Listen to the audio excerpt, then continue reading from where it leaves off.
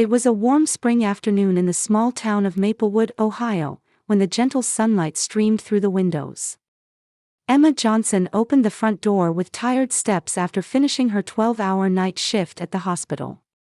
She had been working as a nurse for 13 years now, and every time she saw her patients' smiles, she felt truly grateful that she had chosen this profession. "Emma, welcome home." Her mother Helen appeared from the kitchen. Mom had seemed to age rapidly after losing her husband 3 years ago, but lately she had been adjusting to life in the new house and was gradually regaining her former brightness. With her silver hair neatly arranged and wearing her usual floral apron, she was the very picture of comfort for Emma. "How are you feeling today, Mom?" Emma placed her hand on her mother's shoulder. "Very well. Lisa made lunch with Sophia. I saved some for you. Shall I warm it up?" From the living room came the laughter of her 6-year-old niece Sophia. She was watching TV with her mother Lisa while hugging her favorite stuffed animal. The adorable little girl with blonde hair in a ponytail came running over on her little feet when she spotted Emma coming home. "Aunt Emma. I did drawings at school today. Look, look." What Sophia was clutching in her hand was a family picture drawn with colorful crayons. In front of a big yellow house, 5 people were drawn holding hands. Emma felt her chest warm as she took the drawing. "Wow, this is really good. Is this our family?" "Yes. This is Aunt Emma, this is Grandma, this is Mommy, this is me, and this is Daddy." Lisa stood up and smiled. With her brown hair curled at shoulder length and a gentle expression, she was a kind woman who always put her family first. "Hasn't David come home yet?" Emma asked. "He should be here soon. He called to say a big contract was finalized today. I'm sure he'll come home in a great mood." David Harrison worked for a local construction company. He was a tall man with neatly groomed black hair and a friendly smile that left a strong impression. He had known Lisa for 8 years and had been married to her for 7. From Emma's perspective, her brother-in-law was an ideal husband and father.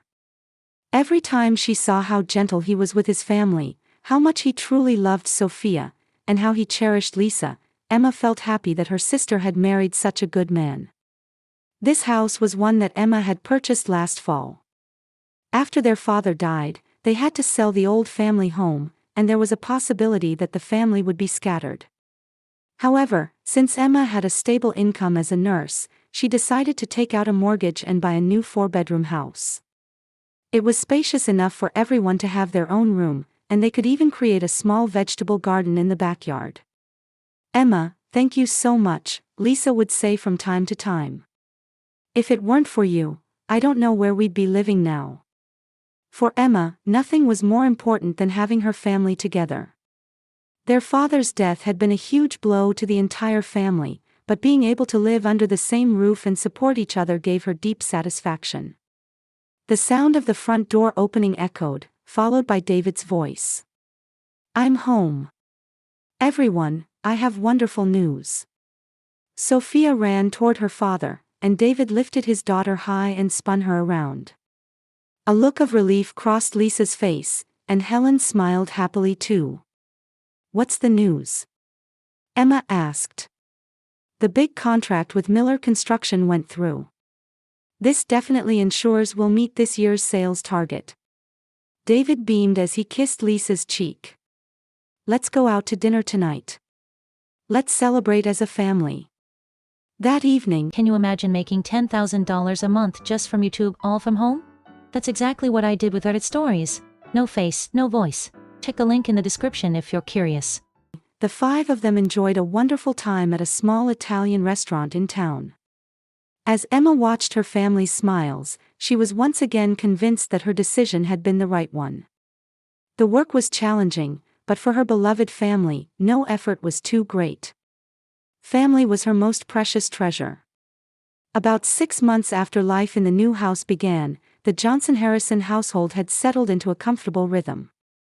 Emma worked 4 night shifts a week, spending her days either resting her tired body or spending time with her family. The work at the hospital was never easy, but the words of gratitude from patients and the presence of family waiting for her when she came home were her greatest sources of support. On a Tuesday evening, Emma was using the short time before her night shift to help Sophia with her homework. The 6-year-old was struggling with arithmetic, frowning as she wrestled with the numbers. "Sophia, take your time. What's 3 plus 4? 7. That's right, you did it perfectly." Emma gently stroked Sophia's head. Just then, David came home from work. He had been doing well with his sales recently, and his position at the company was stable. He looked sharp in his suit and always greeted his family with a bright smile. "Sophia, are you finished with your homework?" David sat next to his daughter and peered at the arithmetic worksheet. "Daddy, Aunt Emma helped me." "Emma, thank you as always. Having you here really helps us." David looked at Emma with gratitude. "I'm sorry that you have to take care of Sophia when you're tired from work." "Not at all. Sophia is my precious niece. Besides, I enjoy teaching her." From the kitchen came the sounds of Lisa and Helen preparing dinner. The two shared the cooking duties and prepared warm meals for the family every day. Lisa had experience working in a restaurant before marriage, so her home cooking was always delicious, while Helen specialized in traditional home-style cooking. "Tonight it's meatloaf," Lisa called from the dining room. "That's your favorite, isn't it, David?" "Thank you, honey. Your cooking is always the best." David gave his wife a warm smile. As Emma prepared for work, she gazed at this peaceful domestic scene. After their father died, there had been anxiety that the family might be scattered, but now seeing everyone living under one roof and supporting each other filled her with deep satisfaction. Going out together as a family on weekends had become routine. One Saturday afternoon, they headed to the shopping mall in the town center. Sophia got some new clothes, and Helen watched happily as her granddaughter tried them on. "Emma, you should buy something too," Lisa pulled her sister's arm. "You're always thinking about the family first and putting yourself last, aren't you?" "I'm fine. I have everything I need. But it's important to treat yourself sometimes too," David chimed in. "Emma works so hard for the family. It wouldn't hurt to splurge a little, would it?" In the end, Emma was persuaded by her family and bought a blue cardigan she had been admiring. It wasn't particularly expensive, but she felt a small happiness in buying something for herself for the first time in a while. On the way home, David made a suggestion to the family while driving. "Next month, my company is having a barbecue party. Families are invited too. Would everyone like to participate?" "That sounds lovely," Lisa answered happily. "What do you think, Helen?" "Of course I'd like to participate. I'd love to meet David's colleagues." Emma agreed as well. She had met David's co-workers several times before, and they all spoke highly of him, unanimously saying he was a good, family-oriented person. That night, when the whole family was gathered in the living room watching TV, David suddenly stood up. "Wait here for a moment." He went back to his room and returned a few minutes later with a small box in his hand. "What's this?" Lisa asked curiously. "It's a token of my appreciation for you." David handed the box to Lisa. Inside was a beautiful pendant. "I've been so busy with work lately that I haven't been able to spend time with you." Tears welled up in Lisa's eyes. "Thank you, David. But you didn't need to buy something so expensive. You're my precious wife. And you're also Sophia's wonderful mother. This is only natural." Watching this scene, Emma was once again reminded of what a truly good marriage her sister had made. David was an exemplary person as a husband, as a father, and as a son-in-law. Another evening, when Emma returned from her night shift, she found David in the living room reading a book to Sophia. His daughter was sleepy on his lap, and David continued the story in a gentle voice. "I like Daddy's voice," Sophia murmured sleepily. "I love Sophia very much too," David answered, stroking his daughter's hair. Emma quietly headed to her room so as not to disturb this heartwarming scene. As she climbed the stairs, she murmured to herself, "It was really good that I bought this house. Seeing the family living happily like this makes even the burden of the mortgage bearable." Time passed peacefully, and the seasons changed from summer to fall. Sophia had gotten used to life at elementary school and made new friends. Helen started volunteer work at the neighborhood church and seemed to have found a purpose in life. Lisa began attending painting classes that she had been interested in for a long time, during breaks from housework. David continued to succeed at work, providing the family with a stable life. And Emma herself was living fulfilling days. She had been promoted to a responsible position at the hospital and had earned the deep trust of her colleagues. Most importantly, being able to see her beloved family living happily every day was her greatest joy. One autumn night, during a break from her night shift, Emma was looking out the window and thinking, if their father were alive, he would surely be happy to see this happy family. And he would certainly praise her for making the right choice. She had no regrets whatsoever about making such a big decision for her family. On a cold October morning, Emma opened the front door with an exhausted body after finishing a 12-hour night shift. Usually, her mother or Lisa would call out, "Welcome home," but this day was strangely quiet. She noticed that the atmosphere in the house was different from usual. There was something heavy and tense in the air. Emma called out as she took off her shoes. "I'm home. Where is everyone?" There was no answer. She could hear low voices from the living room, but it wasn't the usual bright family conversation. Emma felt uneasy as she slowly made her way toward the living room. When she entered the living room, Lisa and Helen were sitting on the sofa. Both had hard expressions and wouldn't even look at Emma. Helen's eyes were red, clearly showing she had been crying. Lisa had her arms crossed and her face down. "Mom? Lisa? What's wrong?" Emma approached with concern. "Don't sit down," Lisa said in a cold voice. She looked up and stared at Emma. In those eyes was a cold light Emma had never seen before. "What happened? Is someone sick?" Emma was confused. "Emma," Helen finally spoke. Her voice was trembling. "You have to leave this house." Emma couldn't believe her ears. "What are you saying, Mom? Didn't you hear?" Lisa stood up. "You can't stay here anymore. Get out." "What do you mean? Why? What did I do?" "Don't ask for reasons. You just can't stay in this house anymore." Lisa's voice was as cold as ice.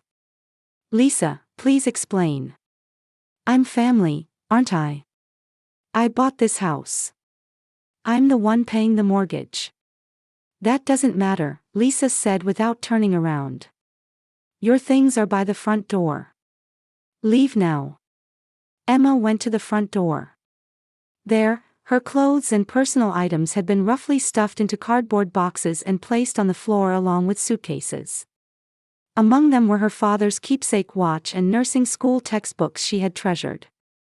The rough handling of her belongings deeply hurt Emma's heart. "Mom, please," Emma pleaded through tears. "Tell me what happened. I love this family. I've devoted everything to this family." Helen continued crying with her face covered. Lisa answered with her back turned. "It's already decided. There's nothing to discuss. At least tell me the reason. What did I do? Did I hurt someone? Did I do something wrong?" "Emma," Helen finally looked up. "Please, don't ask anymore. Just leave." Emma's knees nearly buckled. The reality of being kicked out by her beloved family without even being told why was still incomprehensible to her. "Where's David? If I talk to him, maybe he'll understand." "David is at work. Besides, this has nothing to do with him." Lisa's voice was final. "What about Sophia? Let me say goodbye to Sophia." Sophia is at school. Now go. Emma tried to lift the heavy luggage, but her hands were shaking and she couldn't manage well. Just 30 minutes ago, this house had been a place filled with love and comfort for her.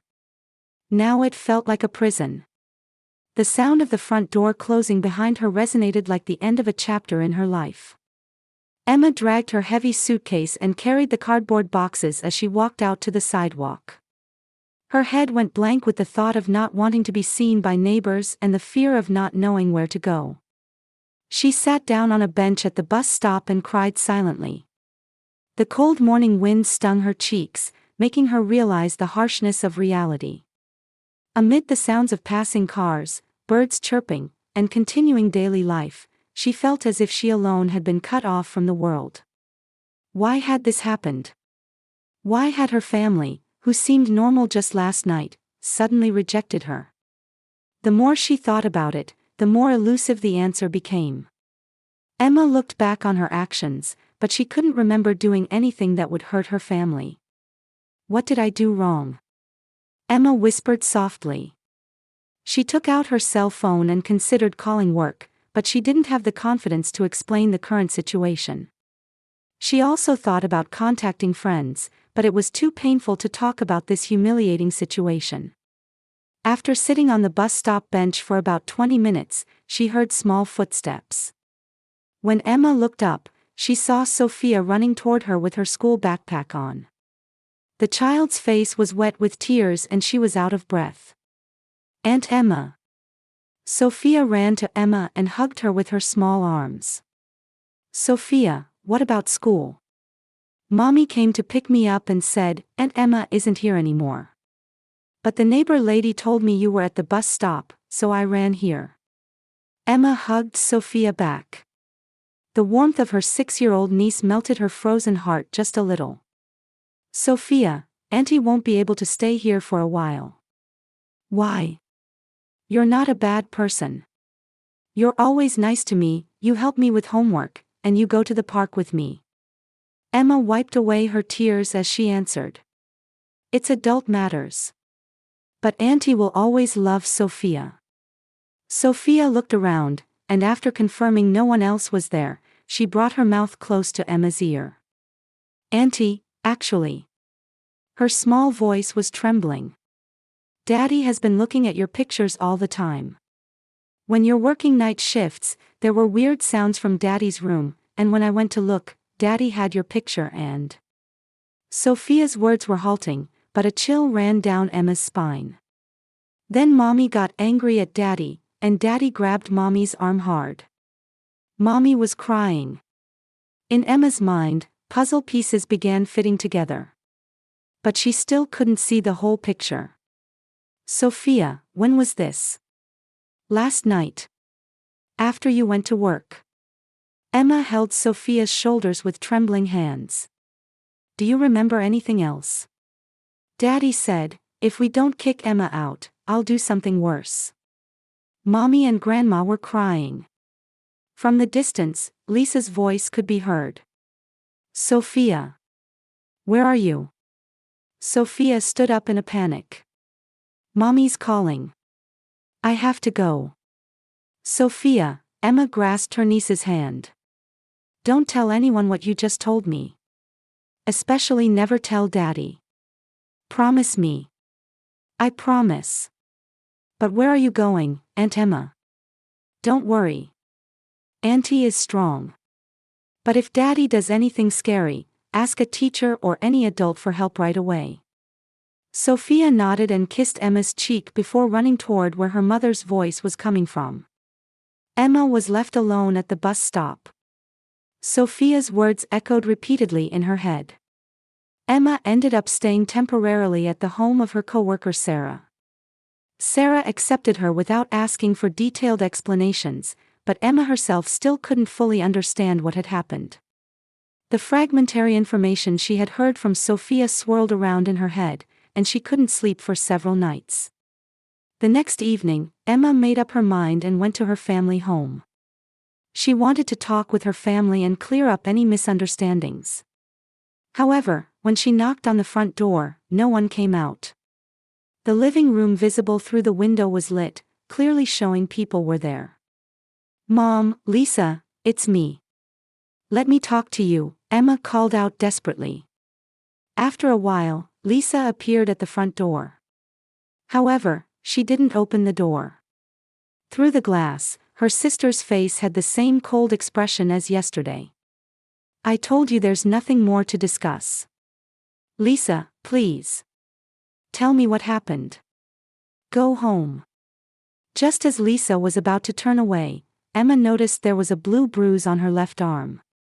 Around her wrist, visible from her sleeve, were marks that looked like someone had grabbed her forcefully. "Lisa, what happened to your arm?" Lisa hurriedly pulled her sleeve down to hide the bruise. "It's nothing. Did someone hurt you?" "That's none of your business," Lisa's voice was shaking.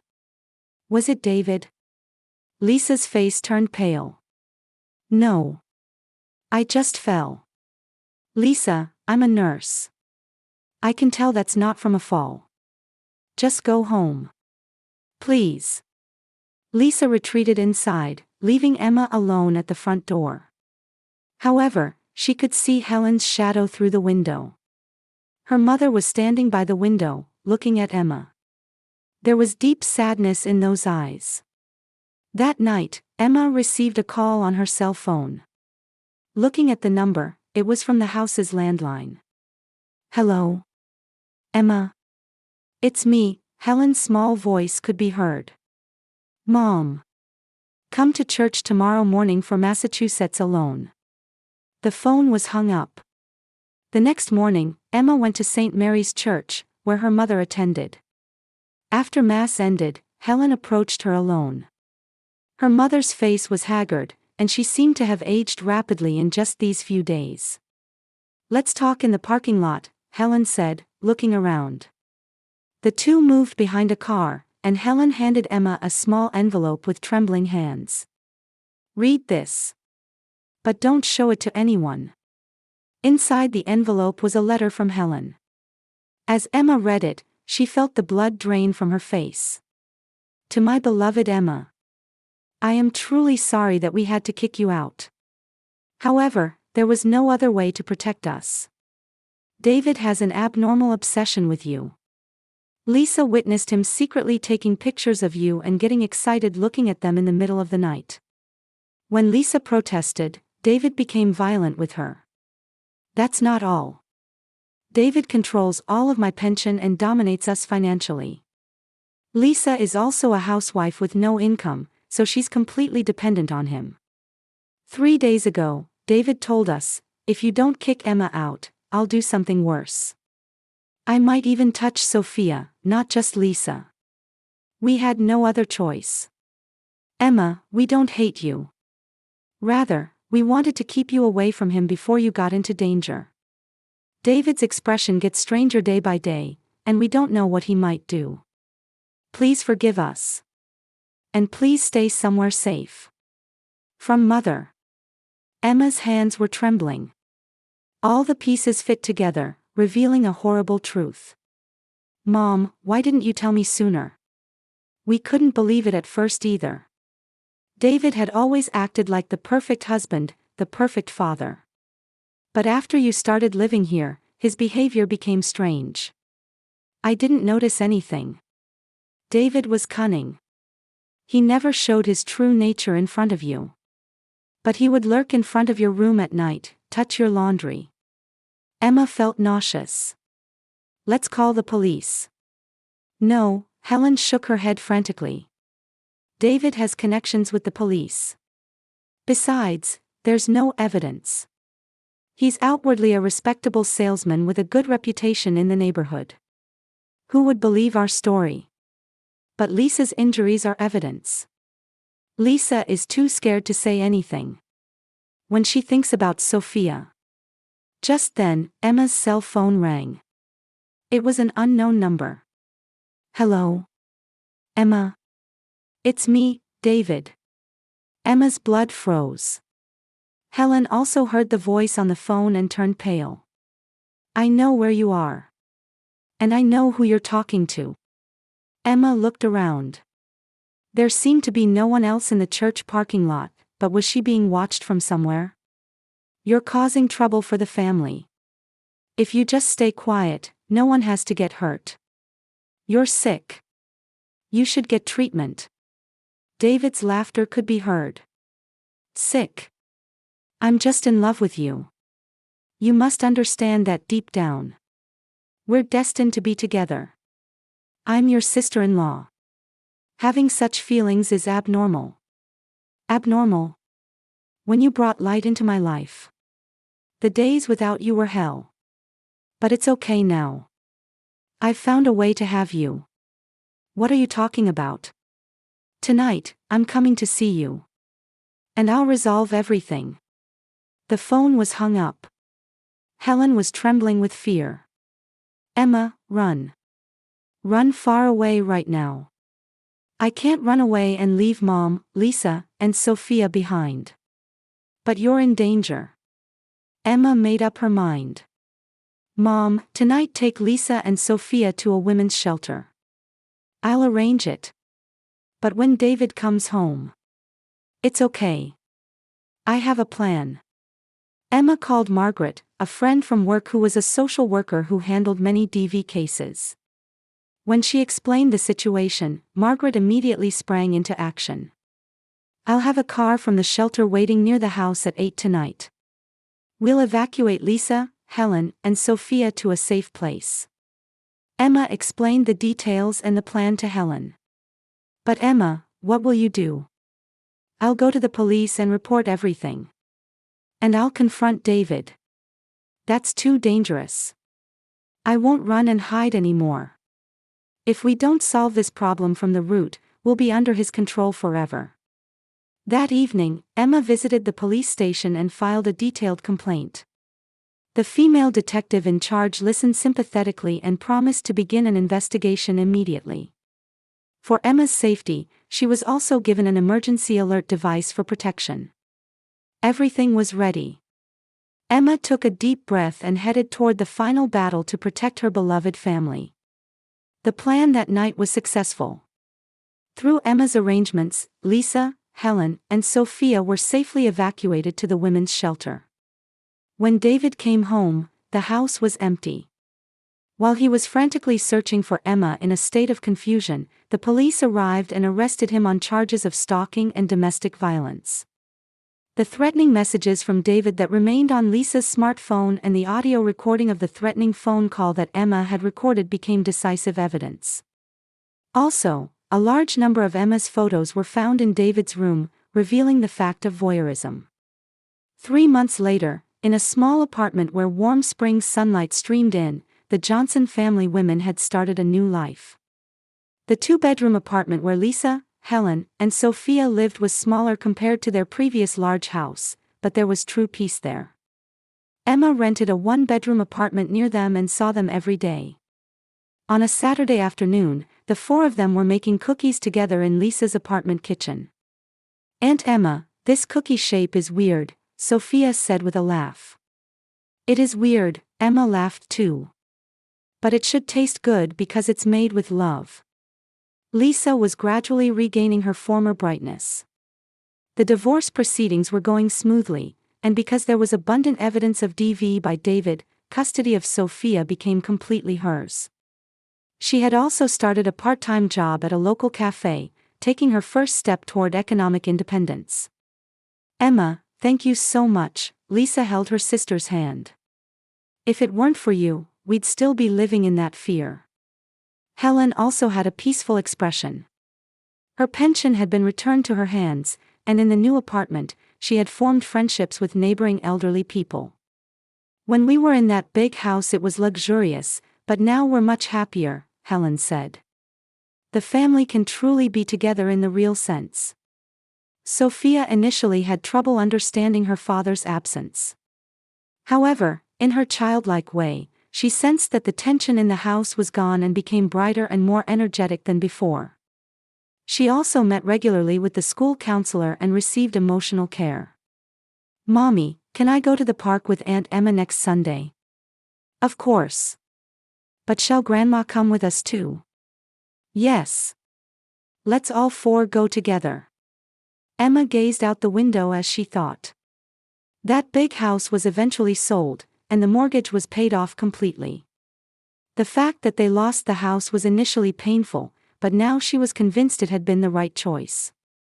David remained in custody without bail, awaiting trial. According to the lawyer, he could expect a considerable sentence for charges including stalking, domestic violence, and threats. In the evening, when Emma was returning to her apartment, Sophia came running after her. "Aunt Emma, wait. What is it, Sophia?" "Well, I talked with Mommy and Grandma," Sophia said somewhat shyly. "This time we're a real family, aren't we?" Emma knelt down to match Sophia's eye level. "Yes. This time we're a real family. When Daddy was there, it was somehow scary, but now I feel very safe." Emma hugged Sophia. She was moved by how this little girl had sensed the complex adult circumstances and was still growing up strong. That night, Emma stood alone on her balcony, looking up at the starry sky. These past few months had been the most difficult period of her life, but at the same time, it was the period when she learned the most important things. Family isn't just about blood relations. It's about the bonds of respecting each other, supporting each other, and sometimes making difficult decisions to protect one another. And sometimes, to protect family, it's necessary to be physically separated. Emma took a deep breath, her chest filled with gratitude for her new life. Tomorrow and beyond, a new life walked together with her beloved family awaited. Having regained the true meaning of family bonds, the hope for the future shone bright.